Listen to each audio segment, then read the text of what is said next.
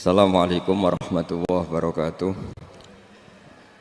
Bismillahirrahmanirrahim. Nahmaduka ya ghafuru ya syakuru. Mashalli wa sallim barik ala sayyidina maulana Muhammadin wa ala alihi wa sahbihi asma'in nama ba'du. Pernah ada orang hartanya itu habis karena ngobati ibunya. Terus datang ke saya, dia sumpek karena hartanya habis ngobati ibunya. Terus dia bilang, Gus, saya ini sekarang sudah miskin karena ibu saya sakit dan harta saya habis untuk ngobati ibu saya. Terus tak guyoni sama saya. Kon kepen pinter apa kepen goblok? Kepen pinter Gus. Ingin pinter apa ingin goblok? Katanya ingin pinter. Kalau ingin pinter bahasanya jangan gitu. Harta kamu itu masih di akhirat karena habis untuk ngobati ibu. Bayangkan kalau habis untuk maksiat itu habis betul. Terus dia mulai syukur. Alhamdulillah Gus, harta saya habis secara heroik karena untuk mengobati apa ibu. Sudah pinter dia. Akhirnya miskin sampai sekarang ya tetap pede saja karena masih punya tabungan di akhirat. Dan itu saya terinspirasi oleh ilmu juga. Jadi dulu Sayyidah Aisyah itu pernah nyimpan sepotong daging kambing, disimpan untuk dimakan beliau, karena beliau mau iftar ya, mau buka atau apa. Singkat cerita, karena bawaan keluarga Nabi itu sakhok, ada orang minta dikasihkan. Suatu saat akhirnya kan habis, terus Nabi tanya, yang daging tadi di mana? Habis. Terus Nabi cara menjelaskan itu indah sekali. Harta kamu itu baju yang kamu pakai nanti ya rusak, yang kamu makan nanti ya ke WC. Wa tasaddaqta fa abqaita. Memang di semua riwayat itu pakai dhamir mukhatab mudzakkar, meskipun asal usul riwayat itu untuk Sayyidah Aisyah karena untuk umum. Yang kamu sedekahkan tuh yang masih, kamu jangan bilang kamu sedekahkan tuh yang habis, yang kamu sedekahkan tuh yang masih. Misalnya saya punya uang 1 miliar misalnya, terus pernah tak sedekahkan ke fakir miskin atau ke kiai atau ke pondok 100 juta, itu yang mesti masih, karena kadung di luar kekuasaan kita, kadung lillahi ta'ala. Justru yang masih itu yang potensi nanti untuk hal-hal yang kurang positif. Semenjak itu orang sedekah itu begitu entengnya karena itu yang masih. Ya tapi tentu sarannya yang tepat ya. Saya sekarang sering kampanye sedekah tepat, karena misalnya sering saya itu didatangi orang kaya, sudah dapat gratisan gerutu itu geremeng. Nah ini kita sudah pakai buminya Allah itu gratis, pakai airnya ya gratis, pakai oksigen ya gratis, kok masih gerutu, itu sudah jadi hamba yang nggak bener itu. Dibayangkan kalau kita pakai oksigen bayar, pakai buminya bayar, pakai airnya bayar semua, kayaknya kita tidak mampu membayar, dan kita sama Allah hanya disuruh ikrar, disuruh sujud. Pentingnya ilmu satu, bahwa itu akan menjadikan satu perilaku. Misalnya begini ya, dulu itu kiai-kiai Jawa zaman dulu itu berpatokan, karena dulu pemerintahan Hindia Belanda, seorang lagi masih pemerintahan Hindia Belanda, itu dalil yang sering diutarakan itu sebaik-baiknya umara itu yang datang ke ulama, terus sejelek-jeleknya ulama itu yang datang ke umara. Tapi semenjak pemerintahan Indonesia dan kemudian ditandai beberapa tokoh kayak Gus Wahid putra Kiai Hasyim jadi Menteri Agama, ada Gus Wahib putra Kiai Wahab juga jadi Menteri Agama, ada Kiai Fatur Rahman keluarga Mbah Maimun, keluarga Sarang juga pernah jadi Menteri Agama. Kemudian bersamaan dengan itu dibangunlah satu pegangan ilmu. Pegangan ilmu ini penting karena ini yang mengilhami semua orang Islam, terutama ya utamanya ulamanya. Ada seorang ustadz, seorang guru ngaji yang karena melihat rata-rata penguasa itu zalim ya, datang ke Harun Ar-Rasyid. Ini perlu disemak, datang ke Khalifatullah atau Amirul Mukminin Harun Ar-Rasyid. Karena beliau seorang raja, tentu terduga lah, atau ya umumnya atau gimana lah istilahnya, itu ya rata-rata ya agak seenaknya, namanya raja, namanya penguasa. Ini dalam pikiran ustadz itu, tidak mesti dalam fakta. Kemudian si ustadz itu matur, ya Amirul Mukminin, inni nasihun lak famusyaddidun alaika fala tajidanna fi nafsika syai'an. Saya ini mau nasihati Anda, kemudian saya cara nasihati itu keras, tolong jangan dimasukkan hati. Dia bilang famusyaddidun alaika, saya nanti kalau nasihati itu keras sekali, tolong dimaklumi karena ini penting, karena Anda harus dinasihati secara keras. Tapi sebelum nasihat itu diutarakan, kata Harun Ar-Rasyid, karena beliau Bani Abbas dan beliau orang alim termasuk muridnya Imam Malik, kata Harun Ar-Rasyid, uskut, kamu diam Ustaz. Inna Allaha ta'ala arsala man huwa khairun minka ila man huwa syarrun minni wa ma'adhalika yaqulu Allahu ta'ala faqura lahu qawlan layyinal la'allahu yatadzakkaru aw yakhsha. Jadi ini sekaligus etika dan norma ya bagi semua dai di Indonesia dan semua kita. Wahai Ustadz kamu diam. Allah Ta'ala itu ngutus orang yang lebih baik ketimbang kamu, yaitu Nabi Musa, ke orang yang lebih jelek ketimbang saya, yaitu ke Fir'aun. Itu saja harus pakai etika faqula lahu qawlan layyinan. Kamu harus ngomong yang halus. Jadi intinya ini Harun ar-Rasyid komplain. Kamu itu kalau jadi Ustadz ngaji kira-kira gitu. Jadi betapa baiknya orang dulu memahami Quran. Jadi Quran itu dibaca, kemudian kita mungkin baca terus jadi cerita. Mungkin ada yang baca jadi perilaku, ada yang baca kemudian itu mengilhami, membentuk. Nah kira-kira itulah yang membentuk kiai alim di NU, di beberapa pesantren maupun orang-orang alim di luar NU.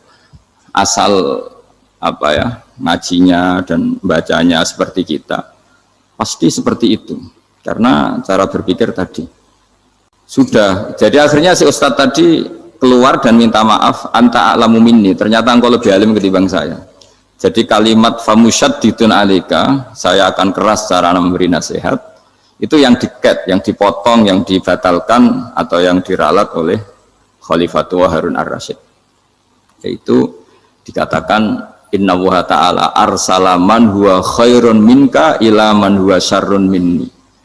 Yaitu Allah mengutus orang yang lebih baik ketimbang kamu, yaitu Nabi Musa, ke orang yang lebih jelek ketimbang saya, yaitu Fir'aun. Itu pun harus faqula lahu qawlan layyinan. Cara berdakwah harus dengan kata-kata yang halus, yang lembut, yang indah.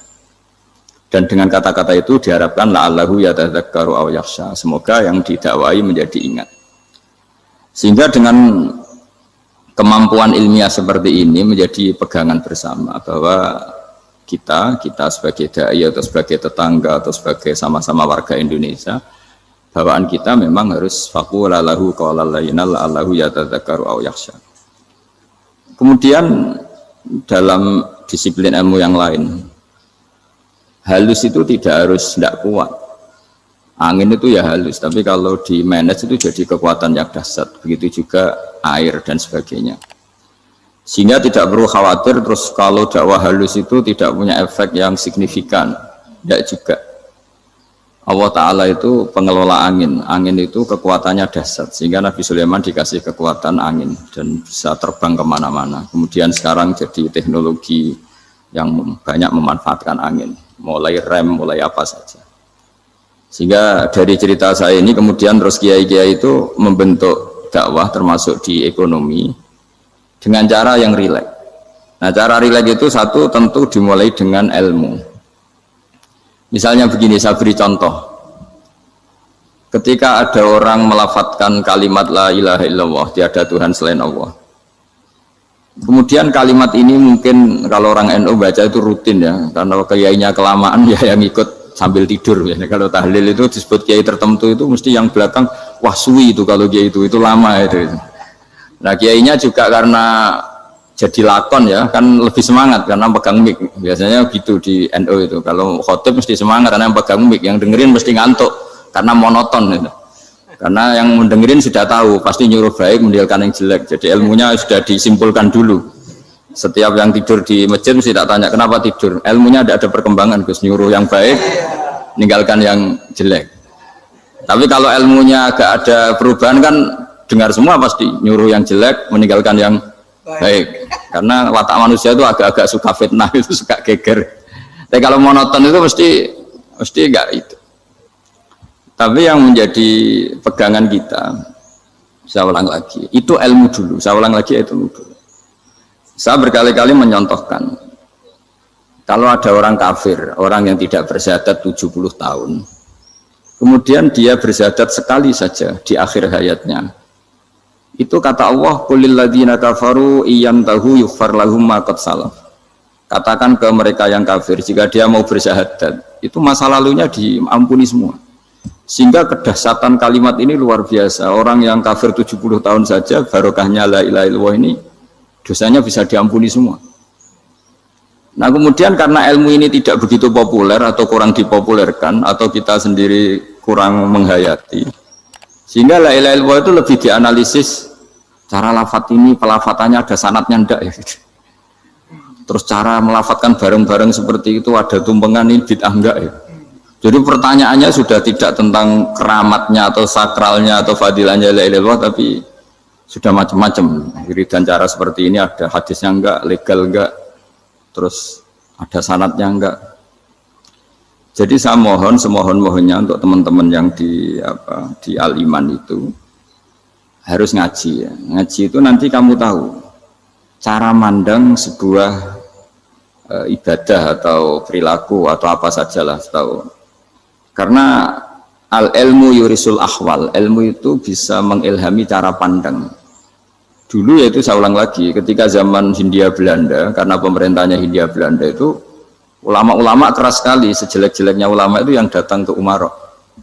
Tapi setelah era Mbah Hashim, era sampai Mbah Maimun, itu mereka peduli sama Umaro, sama semuanya sama-sama warga Indonesia yang ingin melihat Indonesia yang lebih baik.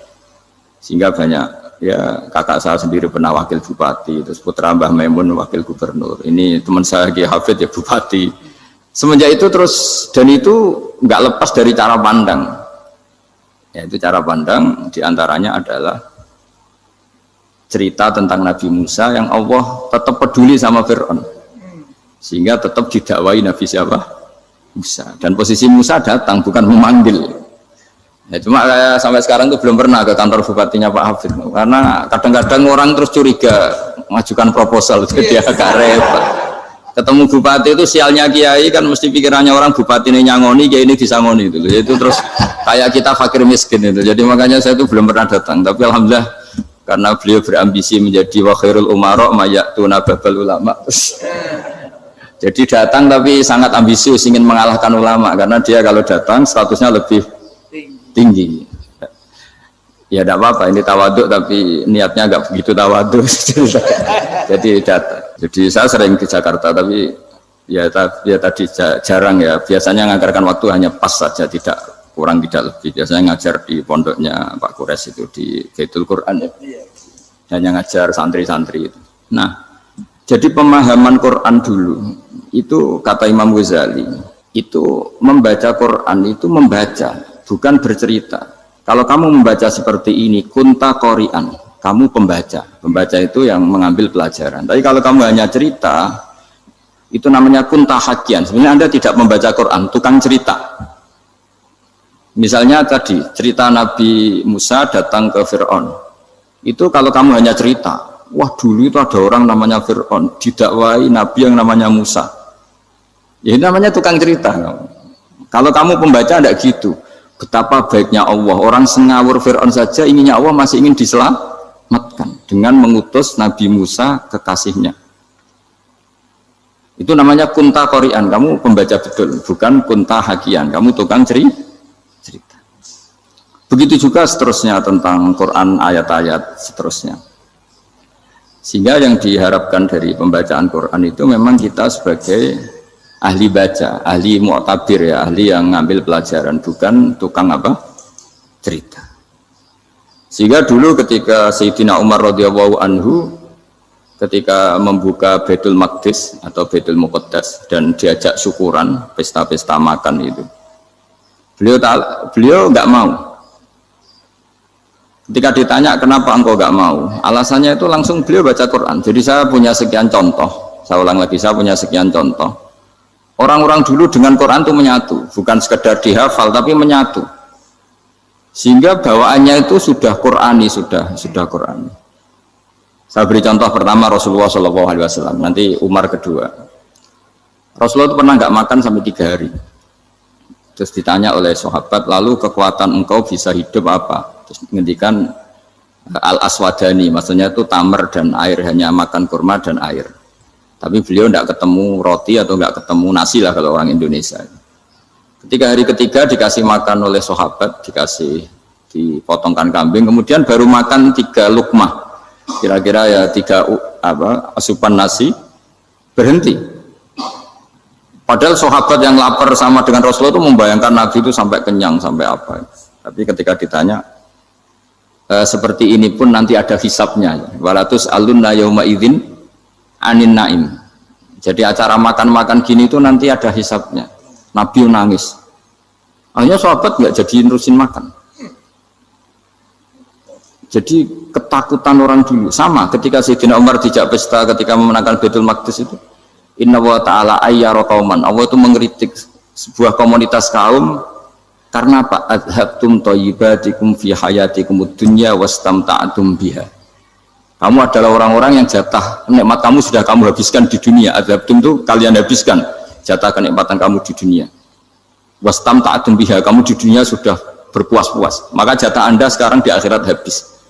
Sehingga Sayyidina Umar enggak mau pesta-pesta karena takut jatah nikmatnya habis. Kata beliau terus astabqi thayyibati, akan saya sisakan sisi-sisi kebaikan saya supaya tidak habis. Corong Jawa itu aja dientek-entekno biar jatahnya masih. Sehingga di dunia kiai itu ya meskipun saya akrab bupati, akrab mungkin wakil gubernur, saya itu ya jarang ketemu. Karena kalau orang Jawa bawaannya ketemu ya makan-makan, guyon-guyon. Nak keterusan ras mlebu swarga. Makanya saya pastikan Pak Yusuf Mansur ke sini tidak akan saya jamin, biar aja, biar jatahnya masih. Jadi ini bukan karena saya biar jatahnya masih. Ya, jadi itu ilmunya kiai. Nah, efek dari ilmu ini dahsyat. Kalau Anda berpikir tentang nasib Anda di akhirat, nanti bawaannya juga tidak akan mudah menyalahkan orang lain, tidak akan menghakimi orang lain karena sibuk dengan dirinya sendiri, tapi tidak dengan makna egois, tapi makna orang baik itu siapa? Orang yang sibuk dengan aib pada dirinya, dengan kekurangan pada dirinya, saking sibuknya mikir aibnya sendiri, tidak sempat mengoreksi aibnya orang lain. Itu awal ilmu. Ilmu itu tidak dimulai dari larangan. Kalau larangan karuan, tidak termasuk ahli surga, orang yang suka mengadu domba, tidak termasuk orang baik yang cari kesalahan orang lain. Itu namanya pelarangan. Tapi ilmu itu di atas nahi, di atas pelarangan itu. Kamu punya kesadaran bahwa kamu itu yang penting selamat dulu, jangan memikirkan orang lain. Dengan makna bukan egois, tapi dengan makna supaya tidak menyalahkan apa? Orang lain. Nah, saya termasuk ya boleh dikatakan kiai lah, yang paling fanatik bahwa semuanya itu harus dimulai dari ilmu. Ya saya ulang lagi, dimulai dari ilmu. Nah, dari sini kemudian saya berharap Indonesia menjadi damai, menjadi baik. Itu bukan karena kita baik-baik banget, ya tidak mungkin kita ada nabi, tapi karena sudah sibuk dengan memikirkan kesalahan diri sendiri. Sehingga misalnya kita baca Quran, Rabbana zalamna anfusana, lalu kita langsung ingat betapa hubungan kita dengan Allah itu harus ikrar dulu, merasa zalim dulu, merasa salah dulu. Nah, kalau semua orang merasa salah di depan Allah itu mesti bawaannya nggak mudah menyalahkan orang lain, karena kita bilang Rabbana zalamna anfusana. Nah, itulah ilmu-ilmu yang mungkin banyak pembaca Quran tapi hanya baca, atau kalau baca ini tok disebut al-haqi, ahli cerita. Yang dibutuhkan tuh al-qari, pembaca kemudian mu'tabir, kemudian mau beriktibar. Seperti yang dilakukan tadi Harun Ar-Rasyid tadi. Inna wa ta'ala arsala man huwa khairun minka ila man huwa syarrun minni. Wa ma'adzalika yaqulu wa ta'ala faqula lahu qaulal layyin. Ini kamu tidak usah memaksakan musyaddid keras sama saya, karena Allah Ta'ala telah mengutus orang lebih baik ketimbang kamu, yaitu Nabi Musa, ke orang yang lebih jelek ketimbang saya, yaitu Fir'aun. Itu saja harus beretika. Faqula lahu qaulal layyin la'allahu yatadzakkaru aw yakhsha. Dan alhamdulillah bawaan kita sebagai orang timur atau orang Jawa itu kalau mau ngandani orang itu halus sekali. Di antara bentuk kehalusan kata-kata diceritakan di ayat lain ketika Nabi Musa ketemu Fir'aun. Dawuhnya begini, fakul apa itu yang di juz 30 yang juz 30 ini yang bagian dari, kan tadi hanya fakul lahu qaulal layyinan. Lahu qaulal layyinan itu bentuknya apa? Ya, bentuknya apa? Itu Nabi Musa disuruh ngendikan sama Fir'aun. Apakah kamu mau saya nasihati? Fakul halaka ila antazakka. Halaka itu pilihan, hal itu istifham, laka itu otoritatif. Jadi betapa santonya kalimat itu, fakul halaka ila antazakka. Jadi kalau dimaknani model Pak Hafid, model saya ngaji di sarang itu, halaka onoto iku kedue siro, berhak bagi kamu, berhak bagi Anda, apakah Anda berhak loh mendapat nasihat supaya Anda jadi orang yang lebih baik. Halaka ila antazakka. Jadi tidak kalimat perintah, tapi kalimat pilihan. apa engkau mau saya beri nasihat? Wahdiyaka ila rabbika fatakhsha. Dan saya beritahu kamu tentang Tuhan dan kemudian kamu menjadi orang yang baik, fatakhsha, orang yang punya khasyah, punya. Jadi kayak apa kalimatnya itu? Napa jenengan kerso? Itu kalau orang Jogja, orang-orang daerah-daerah yang berada nyugui tamu itu kan ayo makan-makan, itu kan kayak tamunya itu kelaparan. Masa Pak Yusuf Mansur kelaparan? Tidak mungkin kan. Masa Ustadz terkenal kelaparan kan tidak mungkin itu. Monggo napa jenengan ngersakno. Karena bisa saja tamunya itu tidak kerso, mungkin karena darah tinggi, mungkin karena takut dianggap fakir miskin, macam-macam kan orang enggak. Itu kalimatnya itu halaka ila anta zakka. Kayak apa indahnya dakwah. Halaka ila anta zakka. Itu ada kata laka itu ya terserah jenengan mau enggak. Wa ahdiyaka ila rabbika fatakhsha. Nah, itu yang disebut membaca. Kunta qori'an la hakian. Anda benar-benar membaca Quran, bukan sekadar penceri. Nah, kemudian ini yang terakhir saya juga baru sebenarnya saya itu nggak pernah bilang sanggup itu, tapi Pak Ustadz Zakaria itu GR terus sampai tadi pagi itu saya belum tahu kalau ada acara ini. Ya karena saya kiai, jadi kalau kiai itu kan ingatnya sama Allah aja, kalau sama manusia tuh rontok-rontok lali gitu. Itu bukan memaksa, ya memang lupa. Sejauh mana sih pentingnya manusia kan tidak penting cara ilmu tasawuf itu. Tapi karena ini titipan Rasulullah SAW terus menjadi penting kan. Dititipi umat kayak jenengan itu yang ya sudah ngaji ngatur kiai ribet itu. Kiai ini biasa ngaji kan, kiainya yang ngatur, santri ini enggak. Pak Yai ngaji tanggal ini jam ini. Itu kan mengabaikan semua aktivitas kiai. Padahal jam ini mungkin saya punya jam, mungkin jalan-jalan atau ngaji atau mutolaah atau munajat. Gara-gara Pak Zakaria ini kan terus Mas Tamam ini yang provokasi. Harus ngaji di jam ini, tema ini. Saya itu kalau ngaji ditentukan tema itu, ini memang saya agak keras di bab ini. Itu kayak ibarat gini loh. Saya ini dokter, kemudian ada orang yang sakitnya itu jantung, terus bilang ke saya, Pak dokter sembuhkan kukul saya. Wong penyakit ekstrimnya itu jantung, kok bila disembuhkan apa? Kukul. Kan gak penting, sembuh tidak sembuh, kukul itu kan gak penting. Jerawat itu. Kiai itu tahu kesalahan paling fatal manusia itu akidah. Kadang-kadang mintanya ilmu yang tidak akidah, yang gak penting. Jadi kadang-kadang kiai itu ya digurui betul kalau di Indonesia. Misalnya ini tidak nyindir loh, memang marah betul ya, kalau di bab-bab seperti ini. Tapi ini biar jadi ilmu masif, ilmu yang general. Saya ulang lagi ya, Anda jadi dokter, tahu pasien Anda ini penyakit jantung kronis atau sudah fatal lah sudah. Terus orang itu bilang, Pak Yai, itu Pak dokter, tolong obati kulit saya supaya tidak jerawatan. Kamu bilang ini orang aneh enggak? Aneh kan? Nah, kiai juga gitu. Saya sering itu ada orang mau haji gitu, Gus doain saya jadi haji mabrur. Pernah belajar haji Pak? Dereng Mas. Mungkin enggak orang belum belajar nyupir terus kemudian minta didoain, Gus saya mau nyupir doain selamat. Nyupir aja enggak bisa kok minta doa selamat. Harusnya urutannya kan belajar dulu baru minta doa. Tapi kali ini aliman bener ngajaknya akidah dulu, ahli sunnah kan. Nah, itu bener karena akidah itu hal yang prinsip memang harus. Kalau kebetulan enggak bener taruh visi betul. Untungnya kalau temanya bener. Jadi saya mohon ke seluruh orang-orang yang mau ngaji ke kiai itu tema itu biar yang milih kiai supaya tahu prioritas yang harus benahin. Jangan tema yang kita yang milih, jangan-jangan tema yang kita pilih itu tidak mendesak atau tidak penting.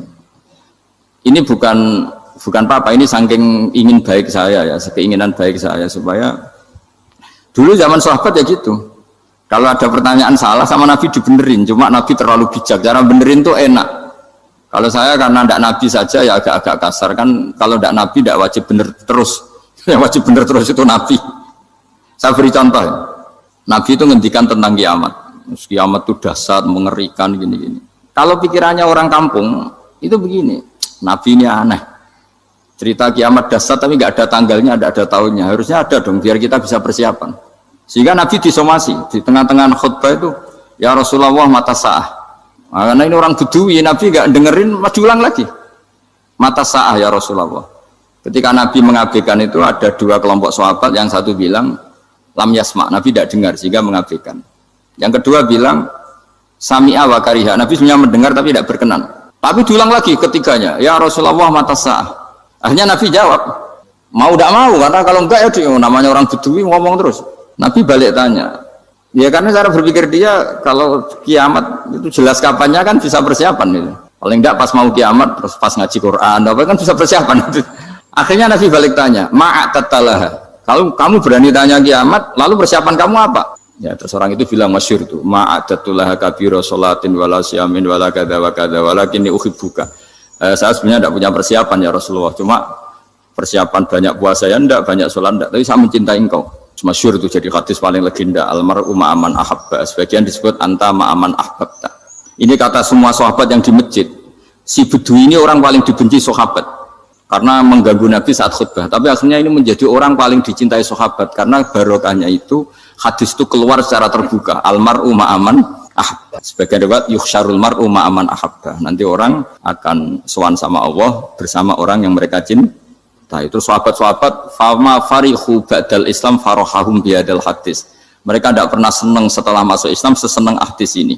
Karena kita tidak perlu soleh-soleh banget, cukup nyintai orang apa? Soleh gitu.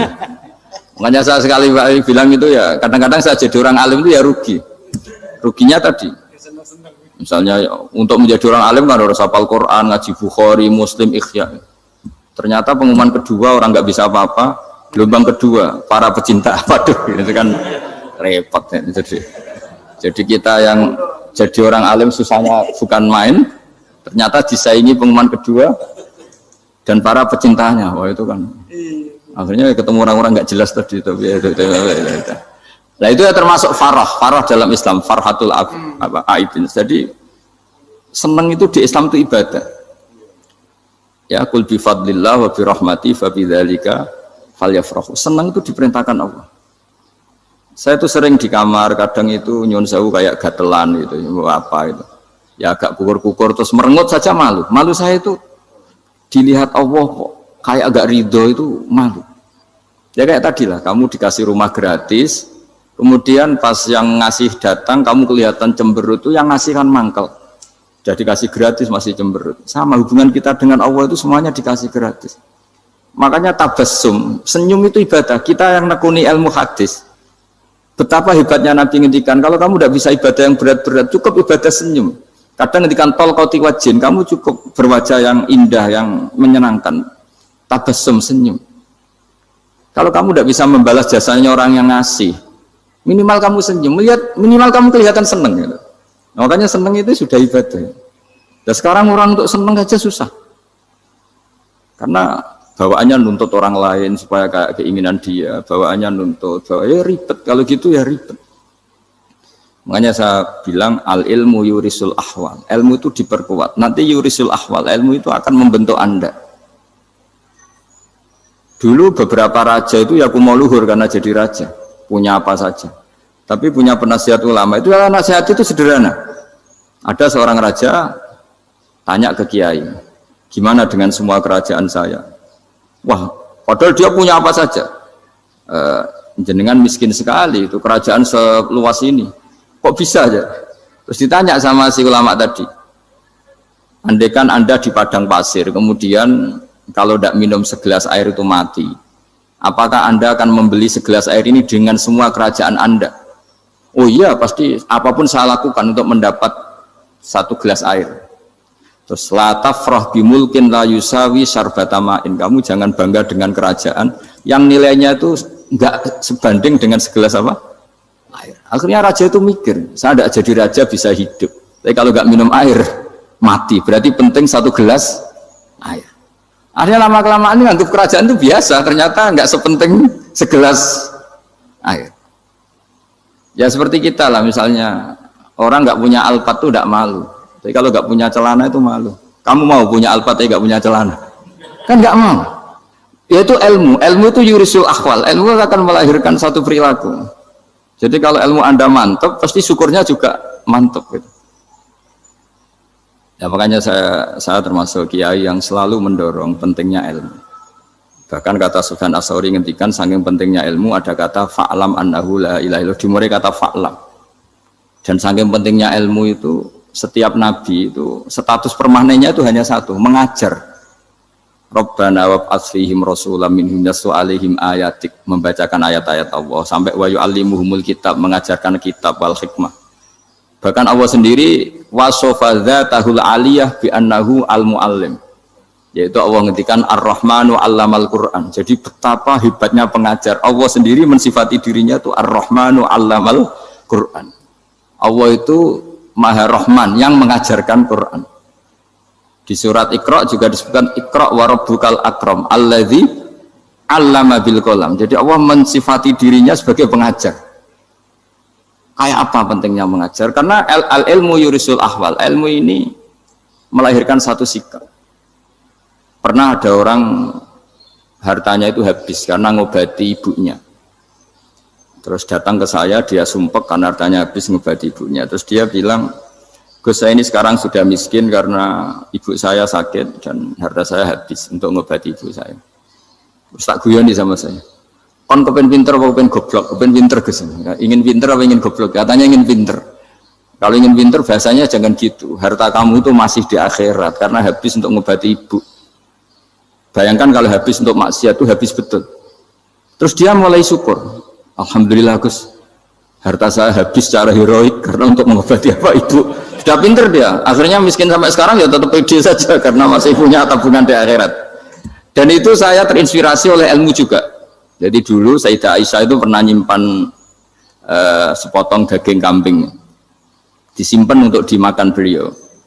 Karena beliau mau iftar ya, mau buka atau apa. Singkat cerita, karena bawaan keluarga Nabi itu sakhok, ada orang minta dikasihkan. Suatu saat akhirnya kan habis, terus Nabi tanya, yang daging tadi di mana? Habis.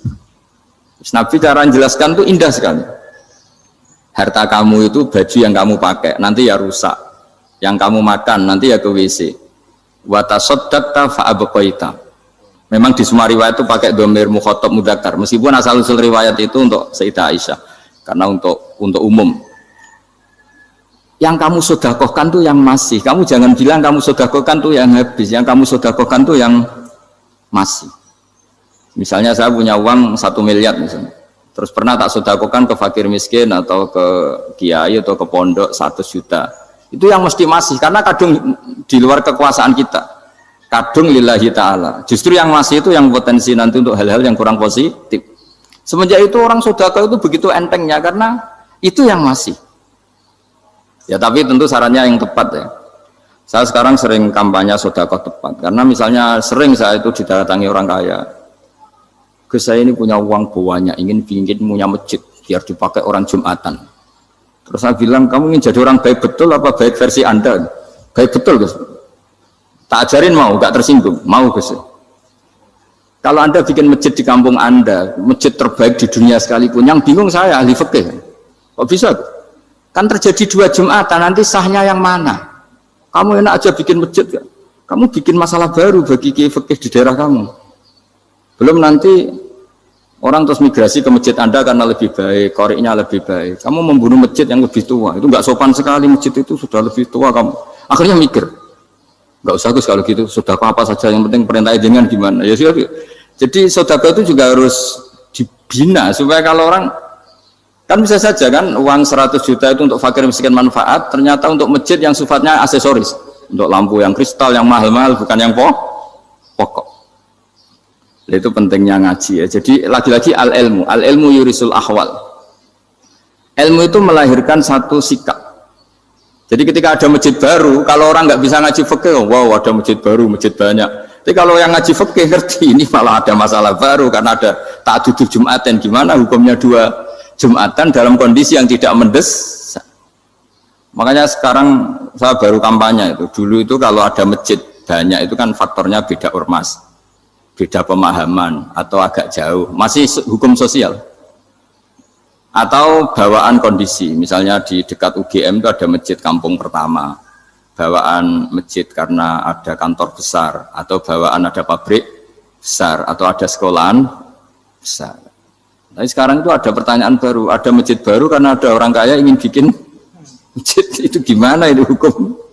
Nah, tapi kalau orang tidak nekuni fikih itu ya langsung wah bagus untuk bangun masjid. Bagus piye gini sing kangelan memfikihkan tadi. Nah itu ilmu. Jadi kalau yang tidak nekuni fikih itu ya tidak tersiksa, tapi yang nekuni fikih itu pasti tersiksa karena seperti itu tadi. Ya jadi saya mohon di antara cara kita dakwah secara damai itu dimulai dari Robbana Zolamna Anfusana. Itu dipakai Nabi, di redaksinya digenti diganti dengan makna supaya kita per individu matur Allah apa ini zulam tu nafsi zulman kabiron katsiran. Nah bawaannya orang mengaku zalim, mengaku salah itu kan sudah tidak sempat mikir salahnya orang apa lain, dan dari sini kemudian dia jadi orang yang tawadhu, yang ubudiyah, yang macam-macam, sehingga Nabi ini bukan dianggap ya, pasti penjelas terbaik. Terus Allah meredaksikan wa ma tuqaddimu li anfusikum min khairin tajiduhu indallah, apa saja kebaikan yang kamu sudah berikan untuk Allah sampai akhirat itu ya pasti kamu temukan di akhirat. Terus yang terakhir saya beri contoh orang peminta-minta, sa'il.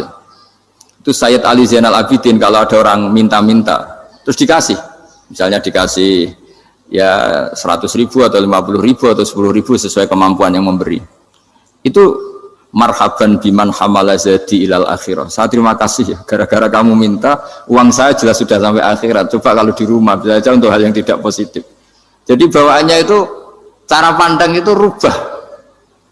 Jadi sebenarnya kalau kita ngasih uang di masjid, ngasih kiai atau ngasih fakir miskin, ya uang itu yang masih, bukan yang habis.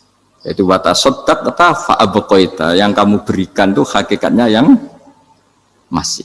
Karena sudah ada kamu otak-atik lagi, makanya disebut wakaf. Sebenarnya wakaf itu dulu secara makna lughat, saya ulangi secara lughat, maknanya itu sudah berhenti. Wakafun maknanya berhenti. Nah sodako itu dari kata sodako maknanya benar. Orang yang sering sodako berarti imannya benar.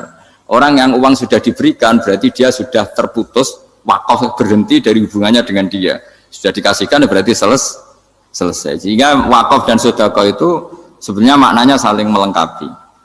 Kemudian orang-orang fikih karena ada disiplin ilmu tertentu, wakaf itu untuk sodako yang permanen, yang abadi, kemudian sedekah untuk infak. Tapi itu kan hanya istilah-istilah dalam disiplin ilmu. Sebetulnya kalau pakai ilmu yang umum, sedekah ya bisa disebut wakaf, wakaf ya bisa disebut apa? Sedekah. Karena maknanya sedekah itu wakaf. Wakaf itu apa? Qat'u raqabatil malik an hadal mal atau an mali. Hubungan pemilik harta ini terputus dari harta itu. Jadi misalnya saya sudah wakaf tanah ini ke masjid, sudah diterima. Buat saya kepikiran gadekan atau menjual sudah tidak bisa, sudah berhenti di situ saja hubungan saya dengan kepemilikan harta itu. Makanya disebut apa? Wakaf. Dan kalau saya wakaf berarti menunjukkan kebenaran iman saya karena sudah menafkahkan sebagian harta untuk Allah Ta'ala. Disebut sodik, sodak. Makanya bahasa Arab itu gampang ya, kalau sodal qof, sodako. Orang kalau bayar mahar disebut sodak karena menunjukkan cintanya. Teman yang setia disebut sodik karena ya benar dalam berteman. Abu Bakar disebut as-siddiq karena sangat membenarkan kanjeng Nabi dan seterusnya.